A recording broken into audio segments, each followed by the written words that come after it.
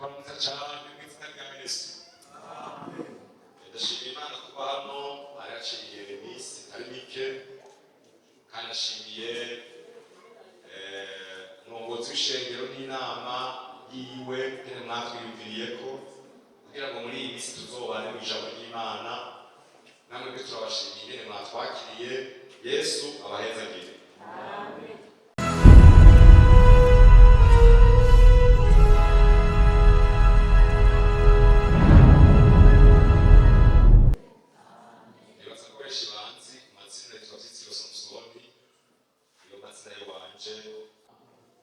Ijambo ry'Imana n'ububasha, ijambo ry'Imana n'ubushobozi, naho muri iyi myaka birabangamiwe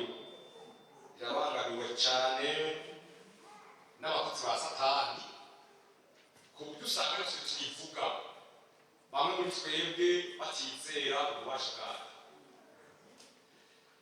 ugasanga dufite ijambo tutazi ubushobozi bwaryo, ugasanga abaririmbyi baririmba indirimbo bavuye mu ijambo ry'Imana batazi ubushobozi bw'ijambo ry'Imana. Kuri bwobwo ijambo ry'Imana ikintu gikomeye. Rero wandikiye Abaheburayo yavuze ngo ko muzobona ya misi gushitsa kwegera, namwe murushitse kugenza mutyo. Yarahejeje kubabwira gukoranya hamwe. Rero twabashimiye ko mwakoranye kugira ngo tuyagire mu ijambo ry'Imana. Yesu abahezagire. Amen.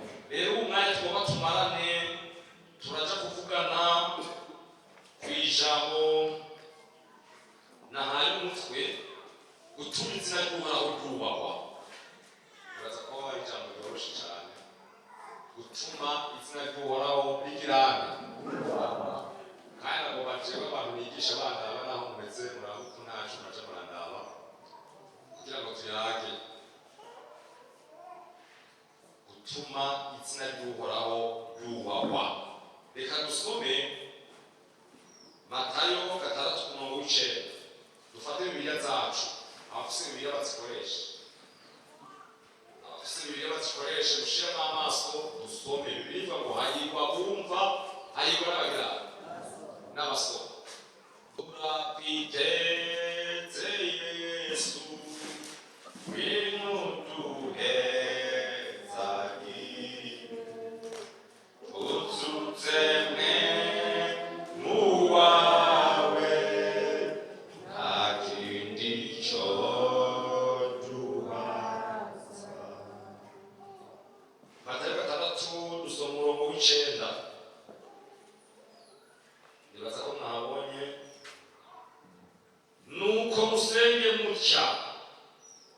muti data wa twese wo mu ijuru, izina ryawe rigirene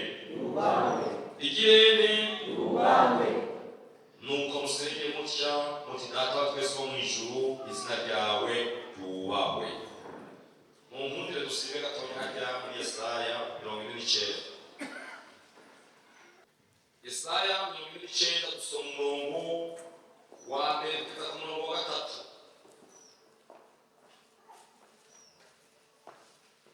Nimunyumve yemwe ababa ku kiyaga, namwe mahanga ya kure, tega amatwi.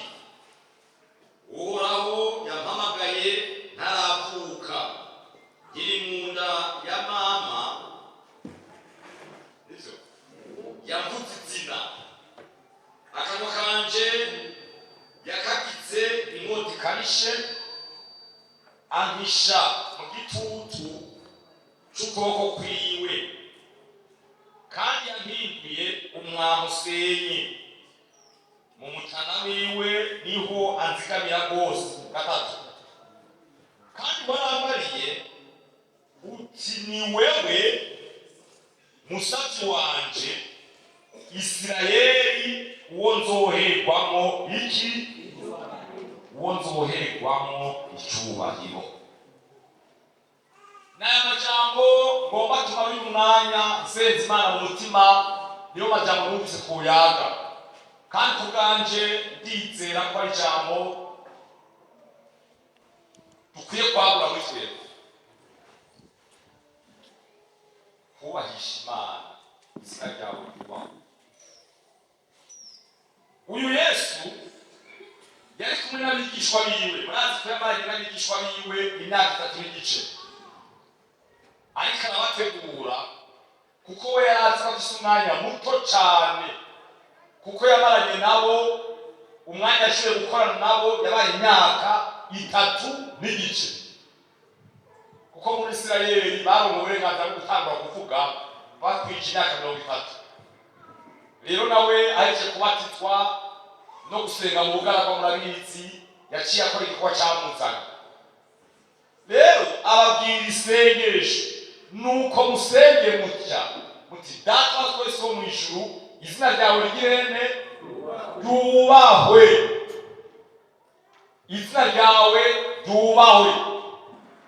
Hariya twasomye muri Yesaya twabonye ko Imana yarondeye ubwoko buzotuma yubahwa, ubwoko bwitwa Isirayeli.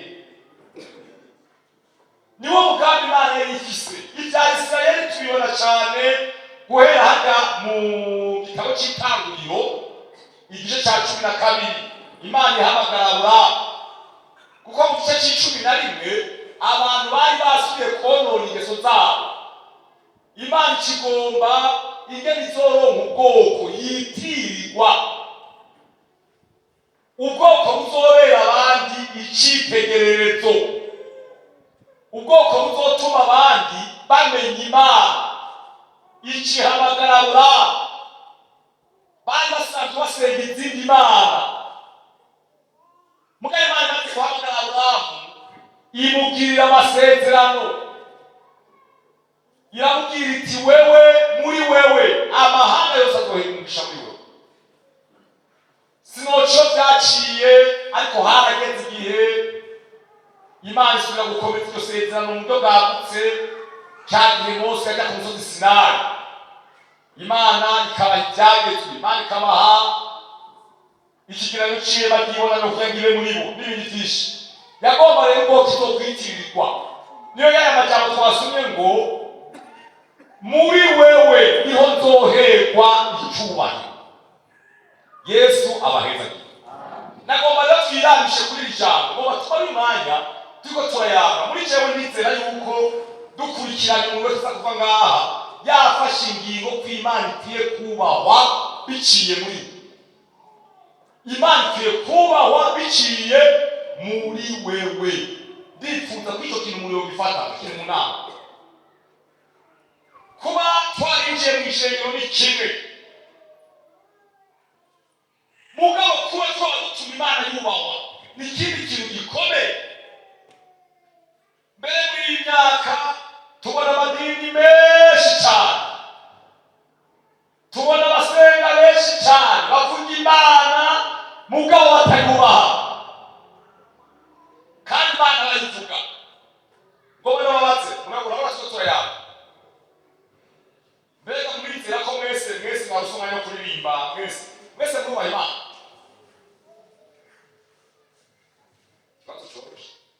Murizera ko mwese mwayirimbye mwubaha Imana? Muvyiyumvira gute? Cyangwa mushaka ko umuntu wese yiraha?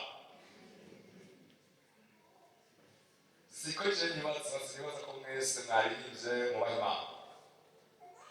Kuko yaba mwese ko mwayirimbye mwubaha Imana, tuba turi muri paradiso. Nivyo sivyo? Reka basi batishimazo kijya kuri twebwe, mwebwe ndabareke nabonye ko cyabagumi. Ngobona bazi reka mwizera yuko abantu bose bavuga ijambo ry'Imana ntanje mwubaha Imana. Sekaza ko kibazo cyoroshye. Ndasubiramo, abantu bose bavuga ubutumwa bahagarara imbere y'abandi bakagira icyo bakoze, bose barubaha Imana. Nico gituma waba umwanya mwiza wo gukurikirana aya majambo. Ubundi bwo Imana icagura Isirayeli n'uwo mugambi yarifise ko abandi bazomenya Imana biciye muri Isirayeli. Ubundi bwo Imana imaze kuguhamagara wewe, nimba wahamagawe Imana, Imana yari ifise umugambi kwizokubahwa biciye muri wewe. Tukiri hafi rero tutarinjira cyane, mbega ubwo aho ndi Imana irubahwa biciye muri jewe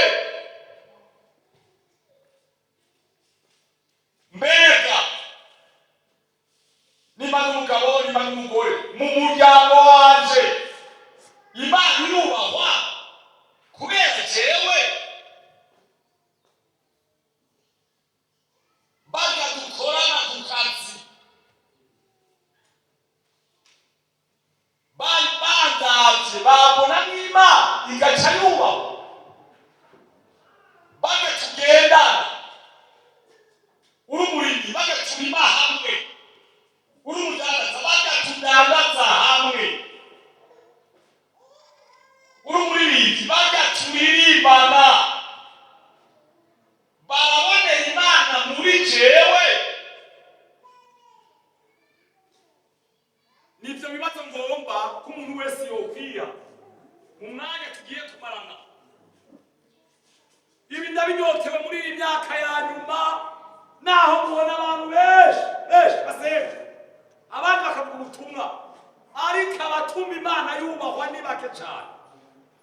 Ngomba rero mu mwanya tuza kumarana ube muri iki gitigiri cyabo bake batuma Imana yubahwa. Tugomba tuje muri Bibiliya turabe ibyo tuma Imana yubahwa. Tuje muri Bibiliya reka dusome hajya mu gitabo cy'ubutumwa bwiza uko bwanditswe na Yohana, ubutumwa bwiza bwa Yesu Kristo uko bwanditswe na Yohana. Dusoma igice cya mbere igice cy'icumi ku murongo wa mbere n'umurongo w'icenda.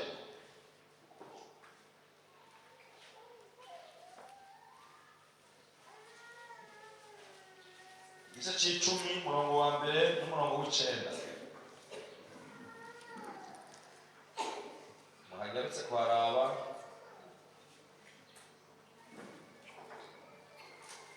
Nukuri ndababwire udaca mu irembo ry'urugo rw'intama ariko akuririra ahandi uwo aba ari igisuma n'umwambutsi. Cenda. Ni jewe rembo kandi ushika mu rugo wese aciye muri jewe arakizwa agataha agaturuka akaronka icanya. Imana ishimwe. Aha muhangurikirane gatoya kandi manatore gatoya. Ikintu cyane kugira ngo Imana yubahwe biciye muri wewe icyambere mbega warihanye neza, warihanye neza. Icyo Imana ikamfasha amajambo mukayumva bemeza jewe biriko ndafata bihaga mu mutima. Twebwe abakozi b'Imana muri iyi myaka abahamagawe tukuri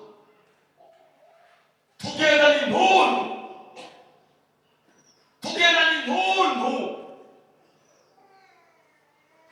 dufise abantu benshi cyane baturusha mugabati bafite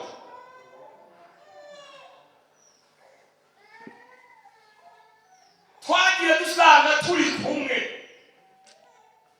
muri yo kwibaza mbega baje aba bantu binjiye gute badushitsemo gute. Rero nishagiye kubaza gusumba ibi hari n'aho twagiye dusanga twicaranye yo atuma gumaye icyo rero n'ubugesera twagiye dusanga twicaranye bitwa amazina twitwa mugabo mukurikirana ukamugenzura ugaca wibaza uyu muntu yayoye. Urabona Yesu yavuze ngo hari habinjirira aha ni muri urusengero urabona gusanga hari ibyagitswe abantu binjiriramo mugabo ukazusanga rero twicaranye baba baciyemo ngaho mu idirisha ukazusanga mwicaranye mbere mugabo we waciye atacakaciye mu idirisha umubaza aho naciye cyangwa ubaza aho twicaranye izima twizeye twicaranye zaho naciye icyo byihuse. Yesu yavuze ngo ni jewe rembo ninamara kumanikwa ku giti nzokwikoranya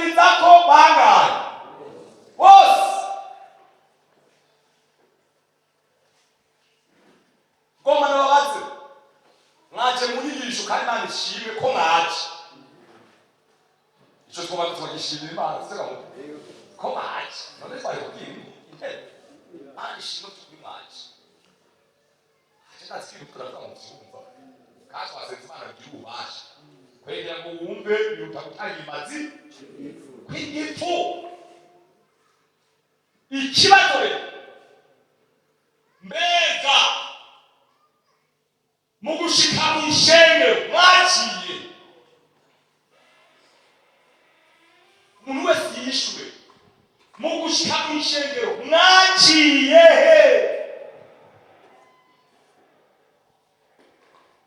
hari amadini menshi. Ikibazo ni kimwe, mbega abo bantu basenga muri ayo madini yose baciye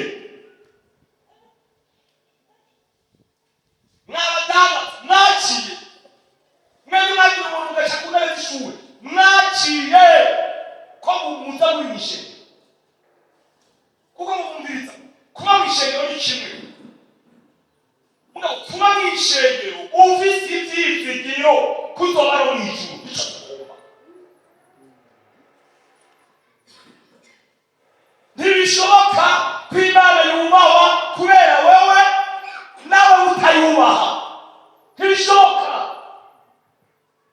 Turabaye burya usanga tuvuga ubutumwa n'icura cabiza ngo Imana ngo yubahwe ngo abantu bubaha Imana kubera ko tumuvuga bamwe muri twebwe batagize batayubaha. Mwaciye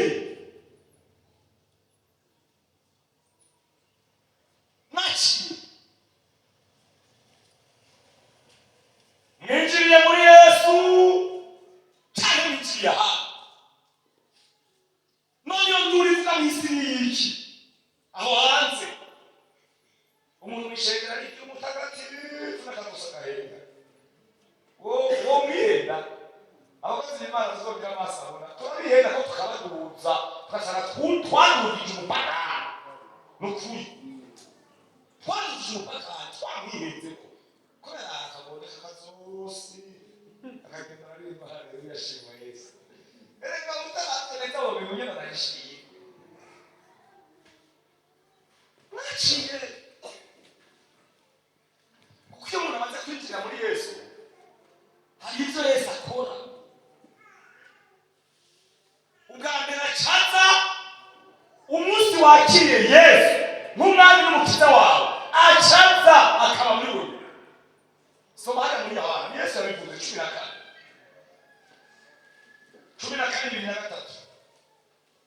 Unkunda azokwitondera ijambo ryanje kandi data azomukunda maze tuzoza kuri we tugire tubane nawe nde nawe. Niyo mwitondera ijambo ryanje ni Yesu avuga. Iyo umuntu yihanye ibyaha akakira Yesu nk'umwami n'umukiza wiwe, Yesu yavuze ngo tuzoca tuza. Ni ukuvuga Imana Yesu na Mpwemu Yera baca baza bagaca baba muri uwo muntu, bagaca baba muri uwo muntu. Umuntu rero Imana na Yesu na Mpwemu Yera bibamwo ni iby'ukuri arahinduka. Arahinduka ntasubira kuba wa wundi tuzi. Arahinduka. Mumurire gato banza tuvugane umuntu kuko igihe tumwihendako umuntu ntitumenye neza umuntu ninde ameze gute. Dusome gato njya muri mwitangiriro 2 ku murongo w'indwi.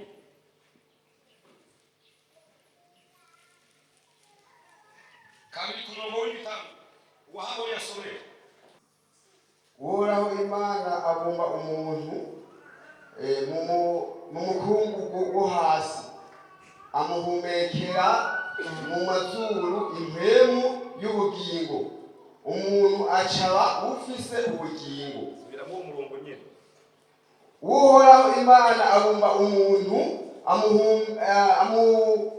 amubumba mu mukungugu wo hasi, amuhumekera mu mazuru impwemu y'ubugingo, umuntu aca aba ufise ubugingo. Somera cete ca mbere Pawulo yandikishije muri Tesalonike.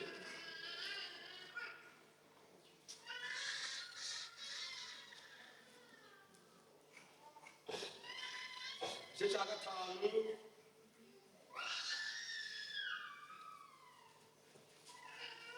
umurongo wa 23.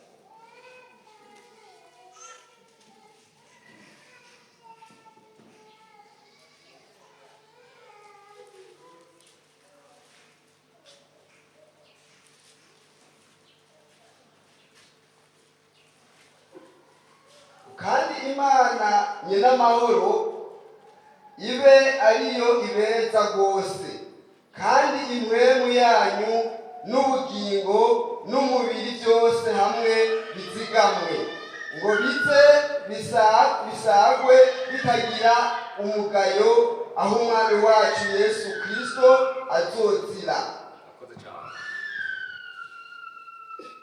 Imana munkurikirane, mu kurema umuntu yabanje kubumbabumba ivu, ico nokwita umubiri, iragishira ngaho kimeze nk'igipupe, kitavuga, kidahema, kitinyiganiza, igishira ngaho. Umubiri uburagize urabonetse. Bibiri ivuga ngo acahumekera mu mazuru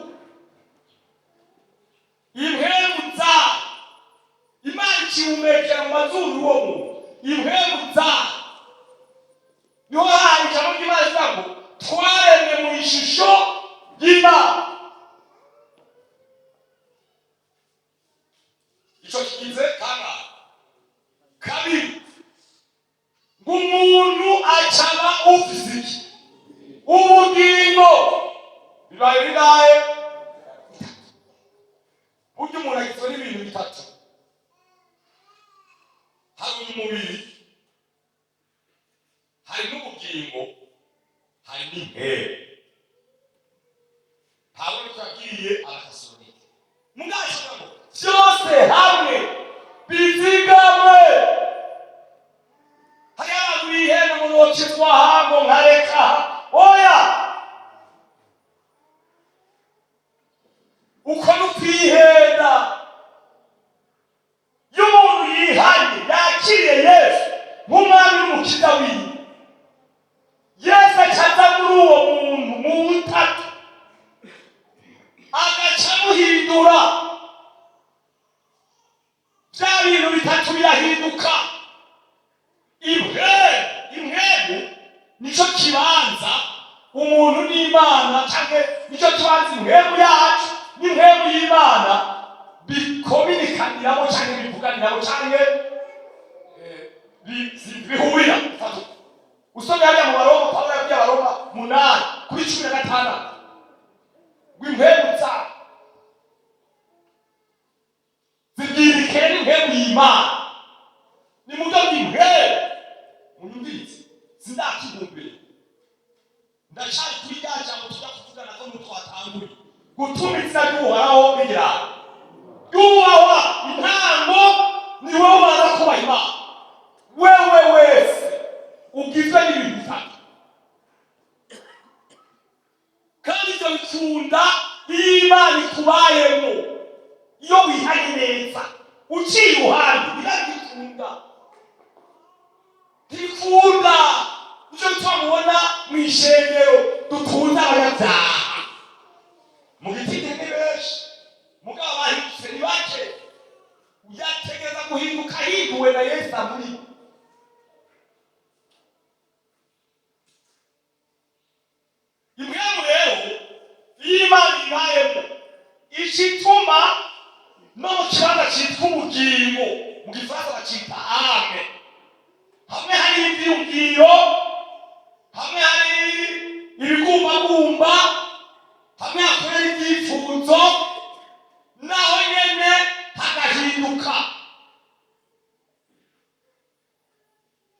mu butegetsi yamaze guhinduka n'umubiri urahinduka.